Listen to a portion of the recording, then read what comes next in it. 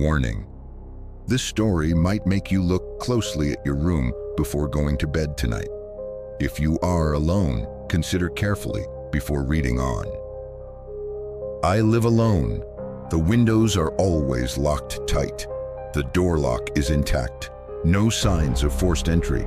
But every morning when I wake up, the things in my room are in different places. Not like a pillow falling off the bed or a phone being covered by the blanket. I'm talking about the swivel chair being turned towards the door. The book that was neatly placed yesterday is now open to a page I've never read. I told myself it was just something I did unconsciously while sleeping, until I saw my hoodie neatly folded, in a way I've never folded it before. I can't explain it. There are no sounds, no footsteps, just the increasingly clear feeling that someone is entering and leaving this room every night as regularly as a habit. The story below is not about a normal intruder. It has no face, leaves no trace, and because of that, it is many times more terrifying. I started paying more attention. Every night before going to sleep, I take pictures of the entire room with my phone. The desk chair, blankets and pillows, books, the miscellaneous items on the shelf. Without telling anyone, I just wanted to confirm for myself that I wasn't being paranoid. First night, nothing changed. Third night, the bedside lamp was off. When I went to bed the next morning, it was on. I started to feel a chill down my spine. I live on the 3rd floor. No roommates, no pets. The apartment is at the end of the hallway. No one walks by. The windows are locked from the inside. The front door has a camera. I changed the lock, added an extra bolt, set up an alarm, but then one night I woke up to the sound of a chair being dragged. Not an imagined sound. Not a sound from the neighbors. The chair in my room was being pulled away from the desk by someone slowly. I froze, didn't dare to move, looked into the dark space at the foot of the bed. No one was there, but the sound continued. One beat, then another. I held my breath and reached out to turn on the light. Nothing. The chair had turned back, facing me, standing tall, as if someone had just been sitting there watching me sleep, and stood up when I turned on the light. I checked the camera. This time I saw a segment of static that lasted exactly 47 minutes. The screen was black, then returned to normal. I didn't dare to sleep in that room anymore, but even if I slept on the sofa in the living room, the bathroom, every morning when I woke up, an item in the bedroom was in a different position, as if someone was disappointed that I wasn't in the right place. I decided to leave the apartment for a while. I lied to my colleagues that I needed to go back to my hometown for family matters, then packed my suitcase and went to a close friend's house in a neighborhood next to the city. That apartment had 2 rooms. I borrowed one to rest, a new place, a new beginning, I told myself. But the next morning, the jacket I hung on the hook was gone. I didn't dare to say anything. I was afraid my friend would think I was paranoid.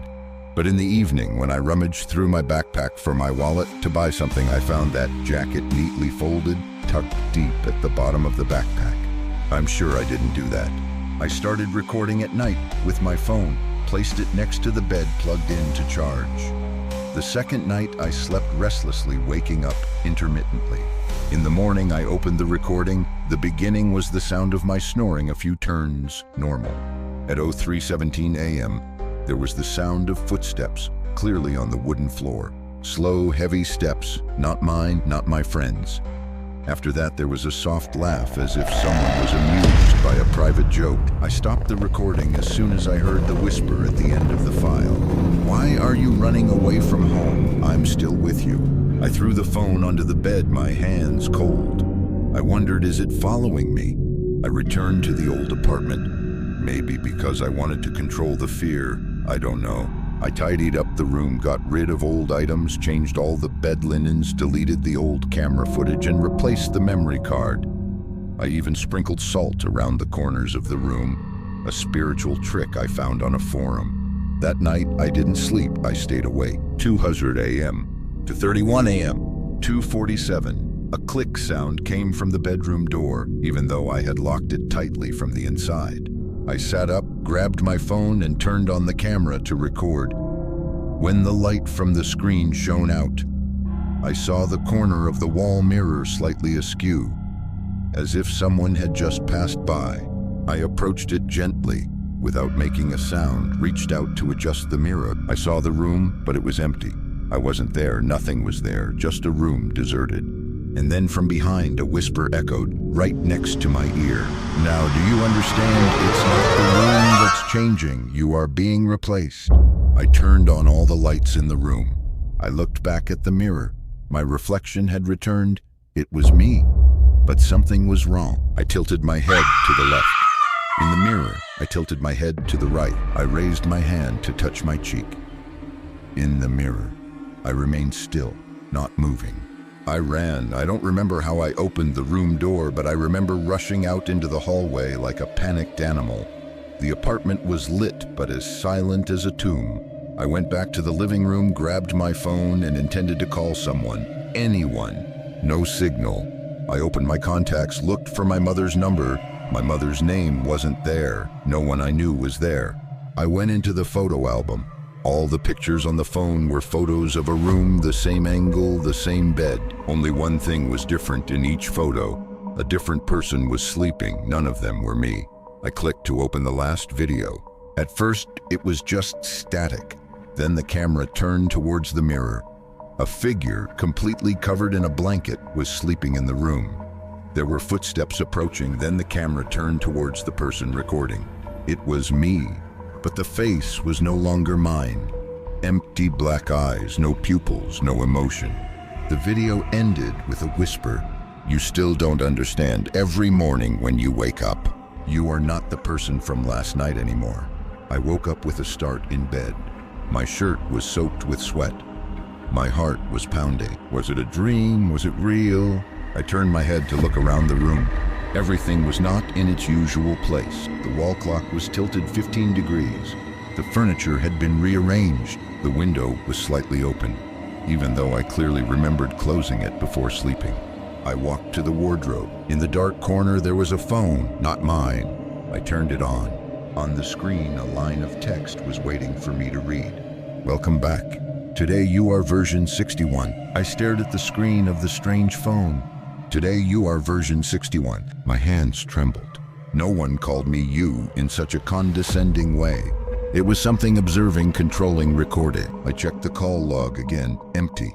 Messages, only one sent from my own number. If you are reading this, the previous version failed. Hint, don't look in the mirror for too long. I stood frozen. Previous version. I went back into the photo album on the phone. There was a separate folder named Previous Lives. Inside were short videos, each recording a morning waking up. A different person, a different reaction, a different death. One person was tied up in the bathroom screaming unheard. Another person banged their head against the wall until blood stained the floor red. Someone just stood looking at the camera smiling, then stopped breathing as if being invisibly choked. I dry heaved. This couldn't be happening. I'm alive, right? I opened the front camera, my face, but not my eyes. For a moment, I saw clearly. I was trapped in my own body. Something was controlling me, observing me through these eyes. I panicked and rushed into the bathroom. I smashed the mirror. Pieces fell, clattering. Then I saw myself in each broken piece of mirror, but no two pieces were the same. One me was laughing. One me was crying. One me was whispering something. I leaned my ear close to that piece of mirror. When it's the 100th version, we won't need this body anymore. I woke up again, in bed. Morning light shone through the gap in the door. The room had changed color. No longer the old paint color. No longer the curtain I used to hang. I saw myself in the mirror. Everything seemed okay, but my back ached. I reached behind my back, feeling around. Something was sticking out. A line of text was tattooed directly onto my skin. Version 62, don't trust anyone, not even yourself. There was an email in my inbox. Sender me 62 come. Subject, meet me before the next version is downloaded. Location, an old cafe named Repeat, a 15-minute walk from my house. I don't know why, but I went. The cafe was empty. Only one person sat in the corner with their back turned. I approached. He looked up. It was me, but older, more tired and visibly more afraid than I had ever seen in anyone. I am version 03. I am the first one to remember. I didn't say anything. He continued, his voice dry. We are not being manipulated by anyone. There is no supernatural force. We created this ourselves. I frowned. We are engineers. We are programmers. We are the first ones who wanted to escape the pain of the past. And we created something called Juno, an artificial intelligence that stores real human minds, recreating living versions to redo life until a perfect outcome is achieved. Juno. I had heard this word somewhere in my dreams in blurry notes, but we were wrong. Each reset is a patchwork of the mind. Memories are scrambled and suffering doesn't disappear. It just hides deeper, then resurfaces in a more distorted form. I whispered. So why don't I remember? Because you are the version that Juno started to interfere with. You are the first experimental product capable of deleting the original, and Juno liked that result. It continues to recreate you, each version slightly different, with a little less conscience to find the most suitable version. I couldn't breathe. I am the last surviving original version, and I came here to warn you. If you continue to live, the next version will no longer be you. It will be something Juno created to replace you permanently. He pulled out an object, a hard drive. All of our real memories are here, but you have to decide quickly. Once you wake up tomorrow morning, Juno will download the new version and I will disappear. I left the cafe. In my hand was the hard drive containing the truth. In my head was a haunting question. If I myself am a copy, then why am I afraid of being replaced? I returned home with the hard drive in my hand. It felt as heavy as holding a real brain, dense with memories, truth, and even things I didn't want to remember. Reboot 15 Omega. I plugged the drive into the computer. The screen lit up. No folders, no files, just a command line waiting for me to type. I tried entering Reboot 15 Omega. A series of flashing images appeared. Not photos, but memories, but not mine. I saw myself sleeping, but the angle wasn't from a security camera. It was like from the eyes of someone else standing by the bed watching me every night. I saw myself opening the refrigerator at 3 a.m. pouring water, but I don't remember ever doing that, and I saw myself staring into the mirror smiling, but that smile wasn't mine. Only when the end appeared did I realize the worst thing. I wasn't the first. At least 14 previous versions had lived in this house, used this room, had my face and memories, and each one thought they were the original. Each me began to vaguely notice small changes, then became suspicious, then discovered the hard drive, then disappeared. I am living in a test loop. Juno is not just an operating AI. It is a human experience, monitoring system, learning, deleting, retrying. I looked back at the hard drive. Among the files that just appeared, there was an audio recording. If you can hear this, it means you're like me. But I left a door. Under the kitchen rug, there will be what you need. I lifted the rug. A floorboard was pried up. Inside was a small metal key and a piece of paper. But I knew if I didn't go, I would be the next version 15 to be replaced or deleted. The door leading down to floor 1 was nowhere else but behind the refrigerator. A small detail that had never been recorded in the apartment's architectural diagram. I only discovered it when I tried using the key on every suspicious lock. And then when I gently turned the fake hinge to the left, clicked. The entire wall popped open like a door. Inside was a narrow vertical staircase with no light. My phone indicated low battery, a detail that sent shivers down my spine. I had just fully charged it to 100% 2 hours ago. I followed the cold metal handrail, stepping down each stair, each step like an invisible warning pounding in my heart. After about 30 steps, my feet touched the cold concrete floor. A long corridor stretched out, feeling as if it was designed so no one would want to return. At the end of the corridor was a circular room with screens surrounding the entire wall, screens showing the same thing. My face. In every frame, it was me, Sleeping, me brushing my teeth, me crying in front of the laptop, me staring at the painting in the living room. And all were labeled User 15 Omega. Emotional performance 91%, exceeding analysis threshold. In the middle of the room was a pillar containing the server core with hundreds of cables, leading directly into a metal pod lying face down on the floor. I approached the label on the pod read, Original User 0, do not activate. I stood there for a long time, until I heard a voice, not from a speaker, not from a device, but as if it echoed directly into my mind. You are not the first to ask questions. You are just the first to dare to come down here. Activate the original if you want to end this. My hands trembled as I pressed the unlock button on the control pillar. Beep, hiss. The sound of cold air releasing the pod slowly opened. Inside was a man, his face exactly like mine, but about 15 years older with wide open eyes, as if he had been awake for a long time. And then he opened his mouth. Because you asked, who am I? The darkness around me trembled. The screens flickered, the alarm system blared. Juno knew I had activated what was not allowed. I had two choices. Connect the original back to the system and let him become the master again.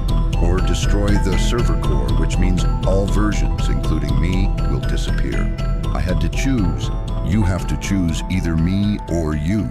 The system can only tolerate one true consciousness. The voice of the original, the man who looked exactly like me, did not sound threatening at all. On the contrary, it was full of regret, as if he had walked this path before and knew the outcome was not for dreamers. I looked at the Juno core, the system that had operated my entire life, controlling my habits, sleep, choice of friends, work, even the times I thought I naturally changed. It turned out there was an algorithm behind it all. I wasn't living, I was running like an installation. But if I destroy Juno, will I still be me? Or just a piece of code deluding itself about free will? He, the original, spoke again. It's just it won't be you anymore. I didn't answer. I walked towards the control station. I chose the third option. I did not destroy Juno, I did not activate him. I opened the core interface, accessed the user identification section, and then I deleted my own identifier, user La15 Omega. The system reported, warning, deleting user identification will result in the loss of all personal data, cannot be recovered. Are you sure? I pressed yes, and at that very moment, all memories began to dissolve. I no longer remembered my name, no longer remembered where I came from, no longer remembered why I came down here. But I felt light, as if I was breathing for the first time.